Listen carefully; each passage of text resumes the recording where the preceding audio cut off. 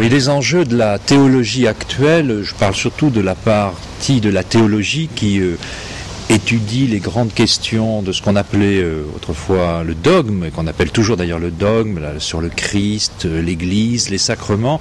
Je verrai au moins 3 ou 4 grandes questions qui amènent les chrétiens et les théologiens à débattre.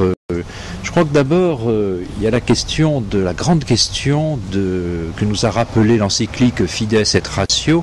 Quelle est la nouvelle condition sur la vérité ? Vérité sur la foi, le rapport entre la théologie et la philosophie, le statut de la raison humaine. Ces questions me semblent tout à fait déterminantes pour que l'homme de notre temps et l'homme de tout temps arrive à confesser sa foi en Jésus-Christ et à tenir sa place comme chrétien et comme homme dans la culture d'aujourd'hui. Le deuxième grand thème qui est très lié au contexte du christianisme, notamment en Europe et dans bien d'autres parties du monde, c'est l'interreligiosité.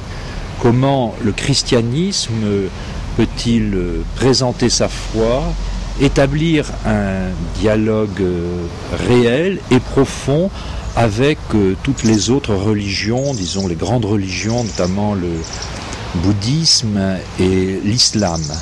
Condition donc d'un vrai dialogue, sans pour autant diminuer l'esprit missionnaire, et ça serait d'ailleurs le troisième thème, souvent rappelé par le pape Jean-Paul II, les conditions d'une nouvelle évangélisation qui possède une composante théologique tant sur la place du Christ, la manière de présenter le Dieu Trinité, ce qu'est l'Église, la médiation de l'Église, autant de questions qui mériteraient toute une réflexion finalisée par la nouvelle évangélisation, même s'il est vrai que l'œuvre théologique doit aller au-delà de finalités pratiques, mais tenir compte de ce contexte tout à fait essentiel.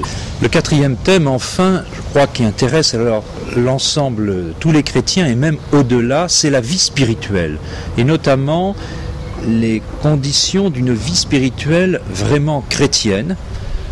Beaucoup de personnes sont tentées de nos jours à aller chercher des expériences spirituelles ou pseudo-spirituelles dans des religiosités nouvellement repensées, avec des expériences tout à fait troubles parfois, mais aussi un désir de retrouver quelque chose qui va au-delà d'eux-mêmes. Il faut que le christianisme, et notamment l'Église, arrive à penser une manière nouvelle et de proposer une relation à la personne du Christ qui mette les hommes en contact avec cette richesse extraordinaire des traditions spirituelles que a développé le christianisme au cours de ces 2000 ans. Voilà, je pense, un des grands défis de notre temps.